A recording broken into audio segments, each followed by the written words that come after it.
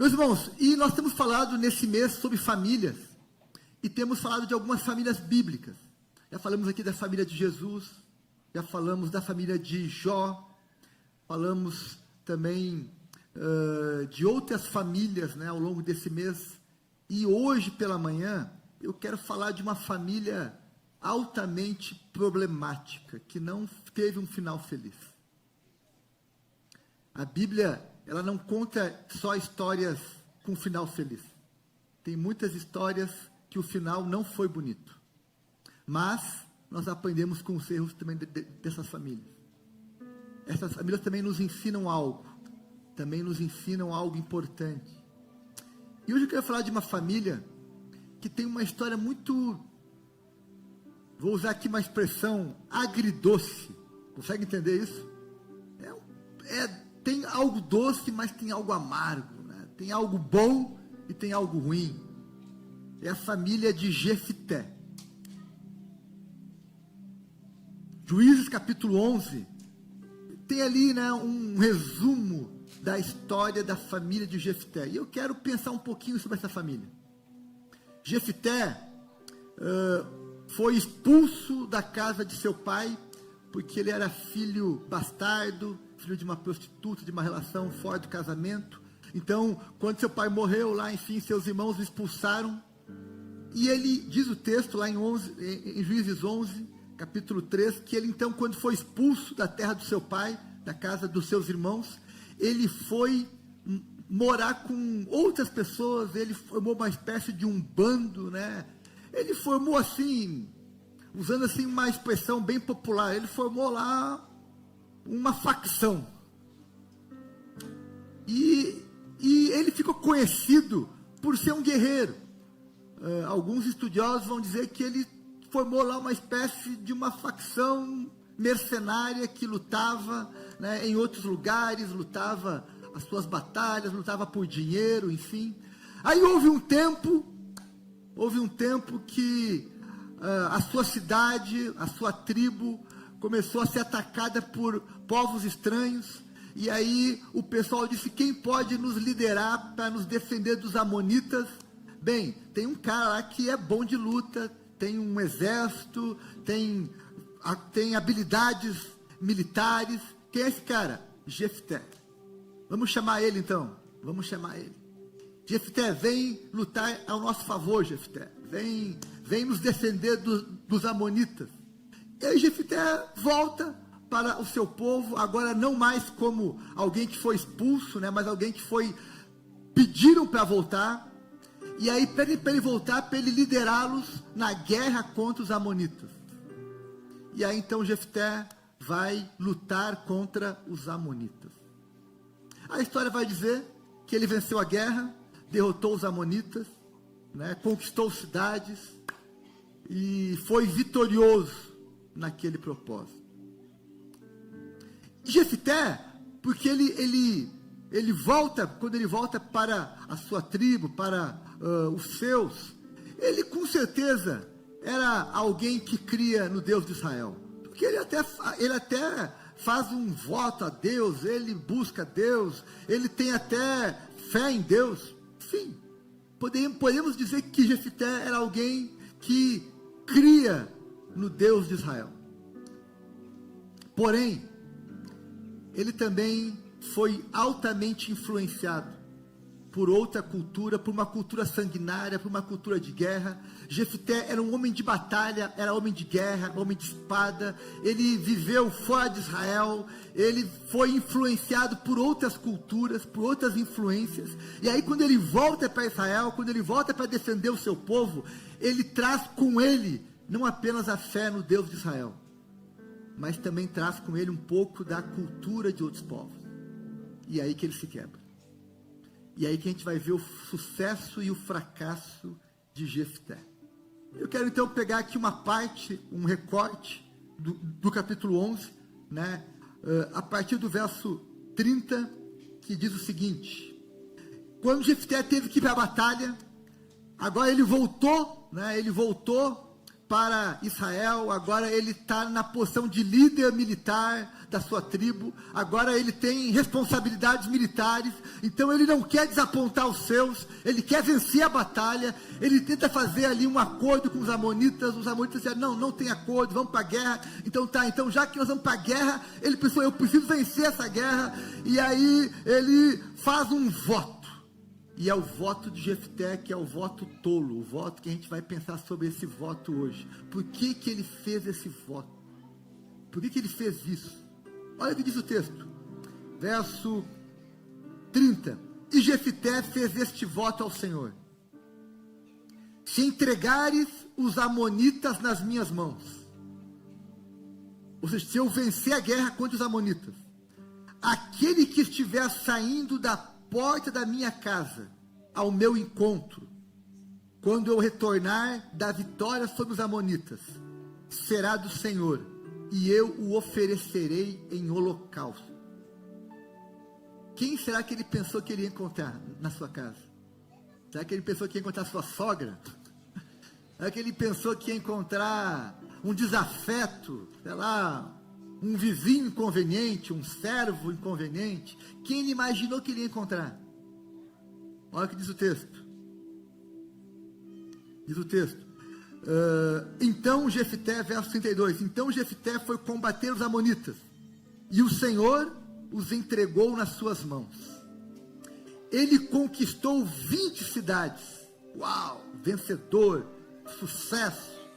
Desde Aroer até a vizinhança de Minite, chegando a Abel-Queramim. Assim os amonitas foram subjugados pelos israelitas. Ok, sucesso, venceu. Verso 34. Quando Jefté chegou à sua casa em Mispa, sua filha saiu ao seu encontro, dançando ao som de tamborim. E ela era filha única, ele não tinha outro filho ou filha. Quando a viu, rasgou suas vestes e gritou: ah, minha filha, estou angustiado e desesperado por sua causa, pois fiz ao Senhor um voto que não posso quebrar. Meus irmãos, imagina a história da família de Jefté. Ele tem só uma filha, ele quer muito vencer uma guerra, ele quer muito sucesso, ele quer muito vencer os seus adversários. Agora que ele voltou para casa, ele quer mostrar, ele quer provar para os seus irmãos, para os seus familiares, para os seus conhecidos, que ele é bom, que ele é capaz. Assim como muitos de nós querem provar para os outros que eu consigo, eu dou conta, eu faço, eu vou dar conta, eu vou fazer, eu vou vencer, eu vou prosperar, eu vou fazer aquilo e mais aquilo. Tentamos provar para os outros. E aí, na busca por provar para os outros, ele faz um voto: Senhor, se o Senhor me abençoar, eu sacrifico alguém que sai da minha casa. Aí ele volta para casa, a sua filha, adolescente, linda, bonita, vai ao seu encontro, e ele se lembra do seu voto. A história de Jefté é a história de muitas pessoas do nosso tempo, que buscam o sucesso a qualquer preço, mesmo que custe a vida da sua esposa, do seu marido, do seu filho, do seu irmão, da sua mãe, enfim. Pelo sucesso eu sacrifico qualquer coisa, pelo sucesso eu faço o que for preciso. E agora, mas tem algumas coisas, e eu queria pensar um pouquinho com vocês, por que que ele fez esse voto? Por quê? Por que fazer um voto de oferecer a alguém sacrifício? O verso 29 vai dizer que antes de Jefté ir para a batalha, antes dele fazer o voto, sabe o que o texto vai dizer? Que o Espírito Santo se apossou dele. Ele recebeu. Por isso que a gente percebe que Jefté, na sua tolice, ele também era um homem de fé em Deus, ele também cria em Deus, porque diz o texto que Deus enviou o Espírito Santo sobre ele. E você lembra que no Velho Testamento o Espírito Santo ele vinha temporariamente sobre alguém, ficava sobre alguém por um tempo, depois saía, enfim, não é como é hoje, que nós temos a presença permanente do Espírito. Mas o fato é que o texto diz que o Espírito estava sobre Jefité. Agora eu te pergunto, o que ele precisava além do Espírito? Mais nada. Não foi Deus que pediu para ele fazer aquele voto. Deus já tinha enviado o Espírito dele. Deus já tinha dito, você vai vencer. Mas sabe o que acontece aqui, meus irmãos? É aquela sensação humana. Olha, eu preciso fazer alguma coisa. A graça de Deus não é suficiente. Eu preciso fazer algo mais. Eu preciso sacrificar alguma coisa. Eu preciso perder alguma coisa. Jesus não é suficiente. Eu tenho que fazer alguma coisa a mais. E aqui o Jefité vem e faz então algo a mais. O voto de oferecer uma pessoa em sacrifício. Bem, agora uma outra pergunta que o texto nos impõe. Por que Jefité teve a brilhante ideia de oferecer uma pessoa em sacrifício? Porque na lei de Moisés, na lei mosaica, era terminantemente proibido oferecer sacrifício humano. Em Deuteronômio, por exemplo, Deuteronômio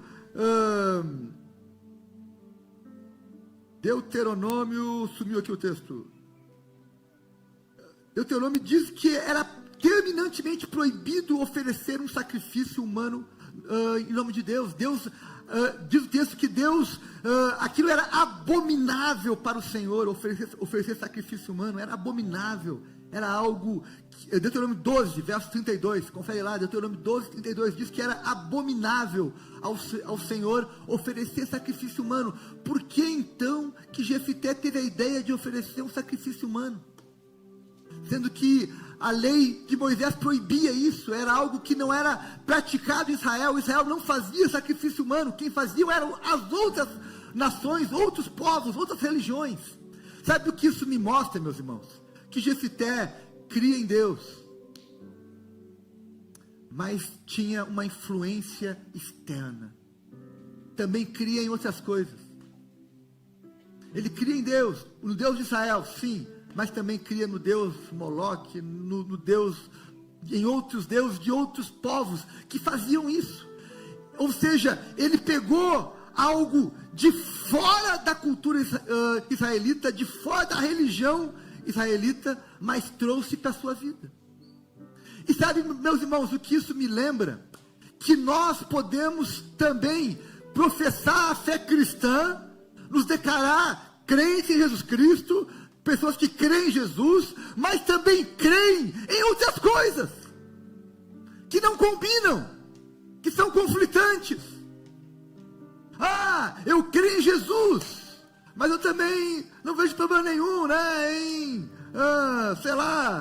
em fazer um sacrifício lá com um animal para alguma coisa. Também não vejo problema nenhum em me envolver com outras religiões. Não vejo problema nenhum em fazer aquilo outro. E você vai tentando fazer aquilo que é chamado de um sincretismo religioso, misturando coisas que não são conciliatórias.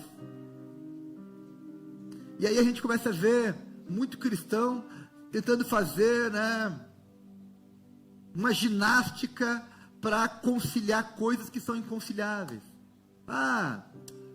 Fazer aborto não é uma questão, Deus não é contra o aborto, porque olha só, é o corpo da mulher, minhas regras, enfim. E a gente crê em Deus, mas também crê em outras coisas. A questão lá da homossexualidade, não tem problema, porque a gente vai conciliando, tentando fazer conciliações. É o Jefité. É o Jefité, que ele fazer sacrifício humano num lugar onde aquilo não cabia. É o Jefité. Crê em Deus, mas também crê que pode matar um ser humano em nome de Deus. Sabe o que isso me mostra, meus irmãos? Isso me mostra que nós podemos fazer promessas tolas. Nós podemos defender ideias tolas. Nós podemos levantar bandeiras tolas por falta de conhecimento do Evangelho. por falta de coerência, por falta de vivência, por falta de conhecer não só o Deus, mas também o Evangelho, os seus ensinos. Falta. Oséias capítulo 4, verso 6 diz: o meu povo está sendo destruído porque lhe falta conhecimento. Quando eu não conheço Deus, quando eu conheço Deus só de ouvir falar, só superficialmente, eu posso fazer um monte de bobagens, achando que aquilo não tem problema, que aquilo tá de boa, que aquilo combina com o Evangelho. Não, não combina. O povo sendo destruído por falta de conhecimento, falta de profundidade, de reflexão, de coerência. É o Jefté. Crê em Deus, mas faz um voto tolo. Oferece um sacrifício humano. Agora, por que ele fez esse voto? Aqui eu vou repetir, ele foi vítima da sua ambição, do seu sucesso. Ele queria demais vencer aquela guerra. Aquela guerra para ele era a coisa mais importante. Tornou-se mais importante que a sua família. Porque quem ele imaginou que ele ia encontrar ao sair da sua casa? Alguns teólogos vão dizer, ele imaginava que ia encontrar um servo. Mas está errado igual. Está errado igual. Mas ele foi vítima do seu sucesso. E meus irmãos, tem uma coisa, olha, agora, preste atenção nisso que eu vou te falar agora.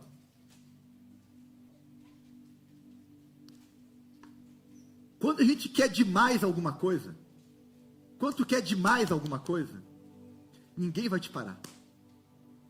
Nem Deus vai te parar.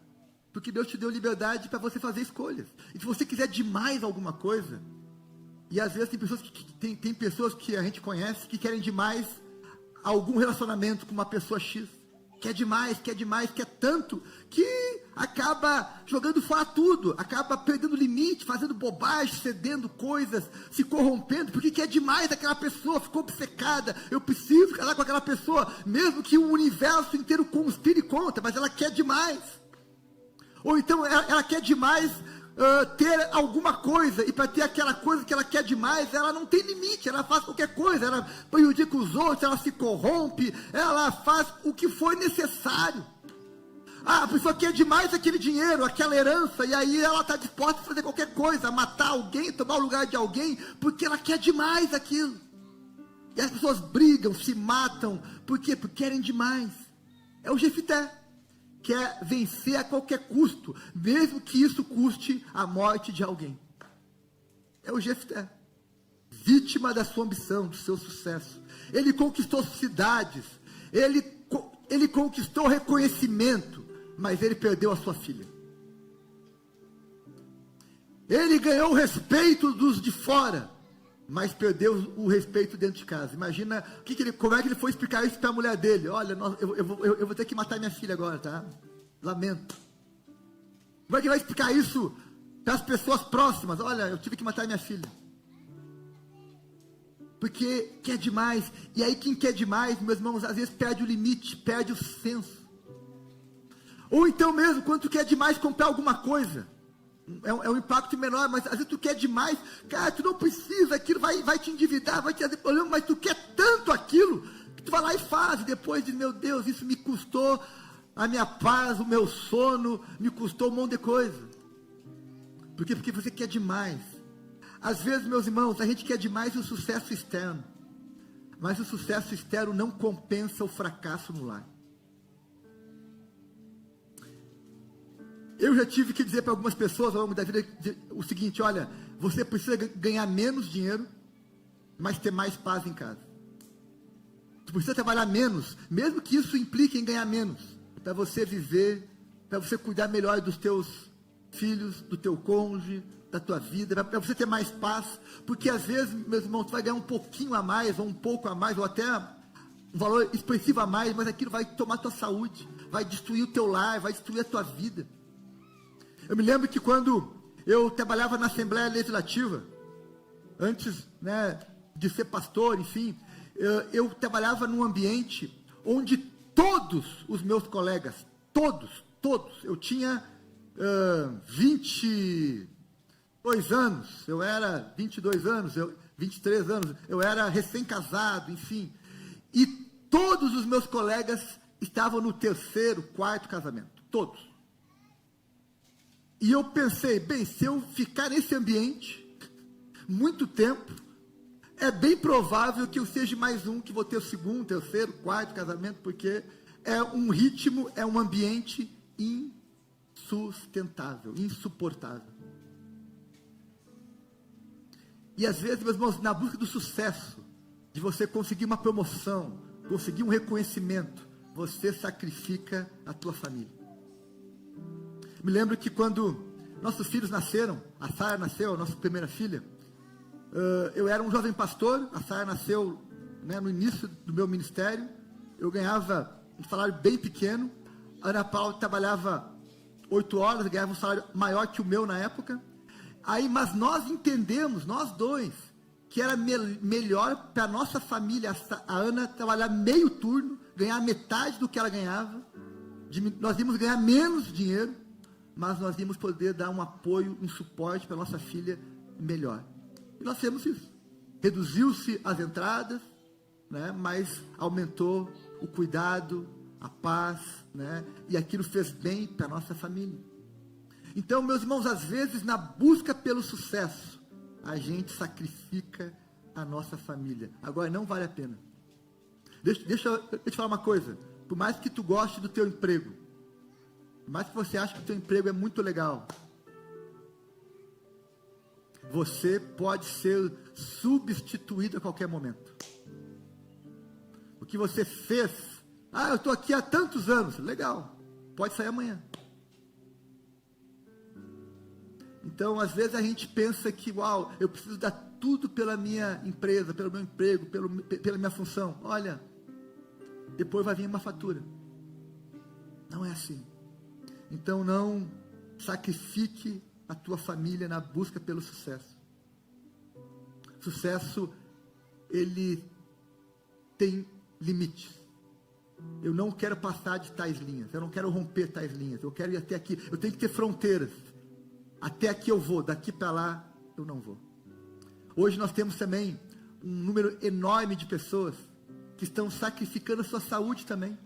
Hoje se fala muito de burnout, síndrome do pânico, uma série de doenças que tem a ver com excesso de trabalho, excesso de carga, pessoas que adoecem, perdem a saúde, a vida, sacrificam a sua saúde em função de uma busca por sucesso desenfreada e sem limites. Por fim, há uma terceira pergunta também que o texto nos impõe. Ok, por que ele fez um voto? Pergunta tola, né? Por que ele fez? Ele já tinha o Espírito Santo, Deus não pediu o voto. Por que ele prometeu um voto, então, de matar alguém que era contra a lei? Porque por influência de outra cultura, de outras religiões, a influência do mundo sobre a vida de Jefté.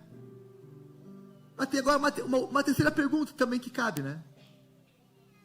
Por que quando ele viu a filha sair da sua casa, ele não disse, Deus, eu não posso cumprir esse voto? Por quê? Por que ele não disse, Deus, eu fui um tolo, me perdoa, que burrice que eu fiz, eu não posso fazer isso?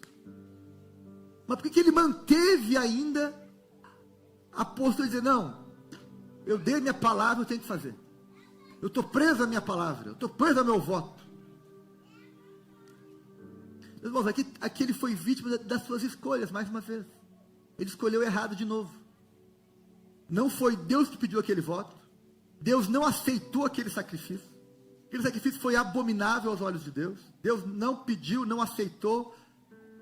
Mas sabe por que ele manteve aquele voto?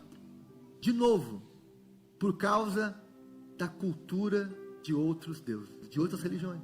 Porque em outras religiões, quem promete um voto e não faz, morre. E esse tem aqui pensou bem, se eu não fizer o voto eu vou morrer. Escolheu errado de novo.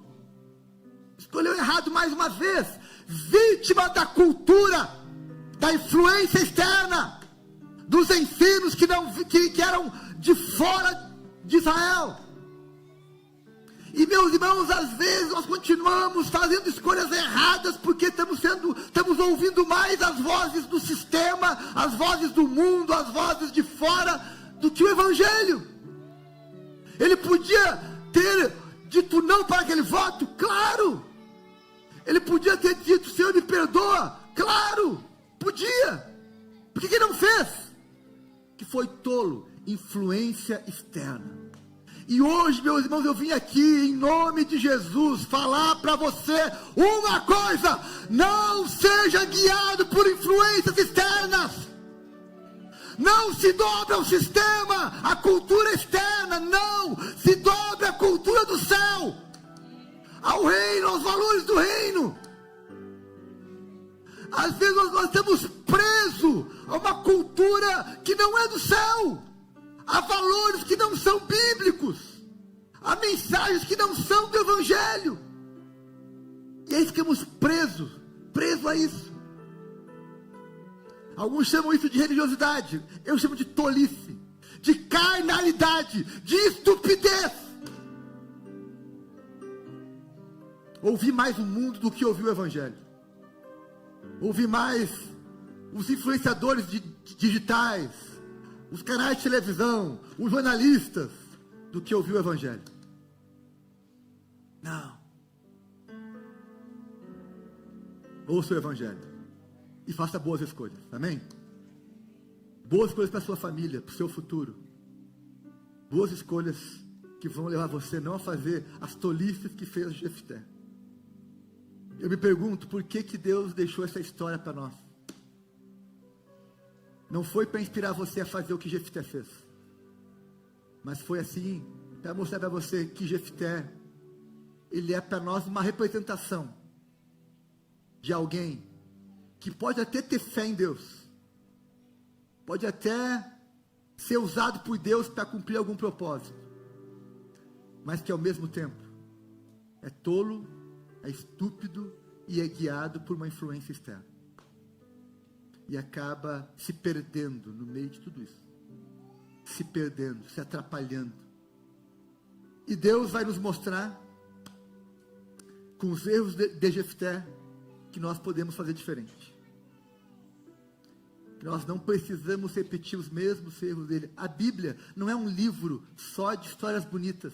Não, tem muita história triste, tem muito final triste na Bíblia. Eu gosto de história com final feliz. Eu não quero ver filme com final triste. Mas o fato é que na Bíblia tem muita história triste. Tem muita história que termina mal. Para nos ensinar com os erros dos outros também.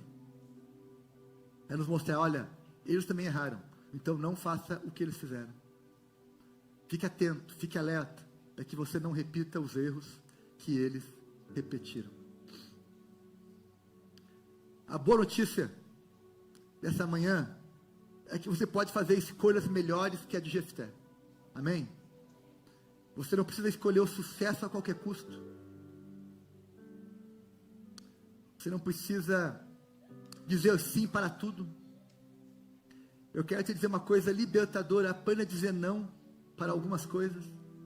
Aprenda a dizer não para algumas tarefas que querem te passar, algumas cargas que querem te dar. Aprenda a dizer não. Aprenda a dizer não para aquilo que contraria o Evangelho. Aprenda a dizer não para algumas pessoas abusivas e abusadoras e adoecedoras. Aprenda a colocar limites. Aprenda a dizer não.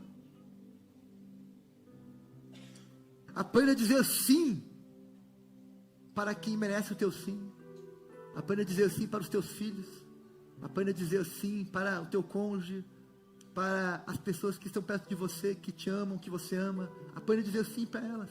E sabe que dizer sim às vezes é dar tempo, é abrir agenda, é tempo de qualidade, é convivência, é parceria. É parceria. Meu irmão, sabe o que casais bem-sucedidos têm em comum? Eles são parceiros um do outro. Tem parceria na fé, parceria no lar, parceria na resenha, na convivência, no lazer, nas finanças, enfim, parceria na cozinha, parceria na cama, parceria em tudo. Parceria, cumplicidade, fazer as coisas juntos, dividir a vida. Aprenda a dizer sim para quem merece o teu sim. E aprenda a dizer não para quem merece o teu não. Aprenda, faça a escolha de ser fiel ao seu cônjuge, de amá-lo até o fim, amá-lo com todas as suas forças. Faça essa escolha, meus irmãos. Sabe por quê que eu nunca traía a minha esposa? Não é porque eu sou pastor ou porque eu sou crente. É porque eu escolhi não fazer isso. É porque eu tive que dizer não para tentações. Sim, é isso. Aprenda a fazer boas escolhas. Aprenda a dizer não para o pecado. Não para aquilo que pode te levar ao pecado. Tem coisas que nem são pecado, mas podem te levar a pecar. Então nem brinca com isso. Foge. Faz como José, sai correndo. Aprenda a fazer boas escolhas. Aprenda a fazer boas escolhas. E escolha construir a sua família sobre o Evangelho, não sobre a influência externa, meus irmãos. Não sobre o que as redes sociais estão dizendo. Não tenta construir a tua família a partir do que o Instagram diz, do que as celebridades dizem. Não. Mas escolha construir a partir do Evangelho. Escolha promover uma cultura do céu. A cultura colaborativa e respeitosa em sua família. Que a sua família seja marcada por duas coisas importantes. Práticas colaborativas e respeitosas. Que não falte colaboração e respeito na sua casa.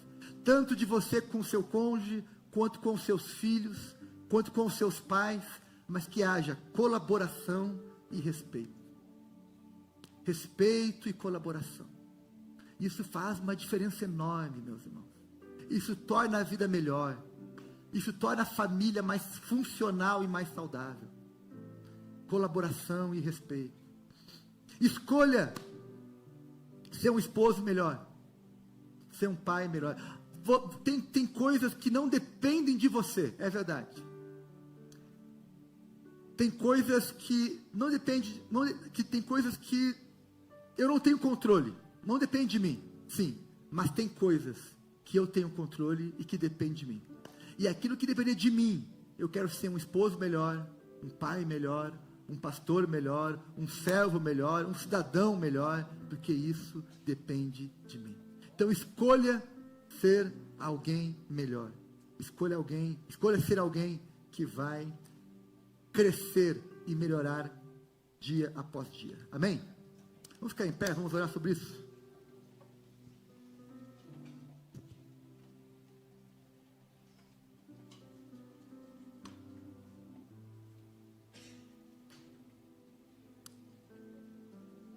Eu quero orar nessa manhã por você, em cima dessa palavra. Senhor, que eu não seja um tolo. Alguém que é guiado por uma cultura externa. Alguém que acredita naquilo que o mundo está falando. Não, eu quero ser alguém coerente com a minha fé. Que a minha fé e a minha razão estejam alinhadas. Que as minhas escolhas e a minha fé sejam conciliatórias. Sejam companheiras uma da outra. Que a minha família não seja uma família de Instagram, mas uma família real, de amor, de respeito, de colaboração, de parceria. Uma família que eu priorizo, que eu dou mais tempo, mais atenção. Que eu prefiro ganhar menos, mas ter mais paz. Prefiro ter menos tempo fora de casa, mas ter mais tempo em casa. Amém? Que Deus nos dê graça de formarmos famílias que vão durar, que vão ser duradouras, sólidas, saudáveis, funcionais, em nome de Jesus. Amém?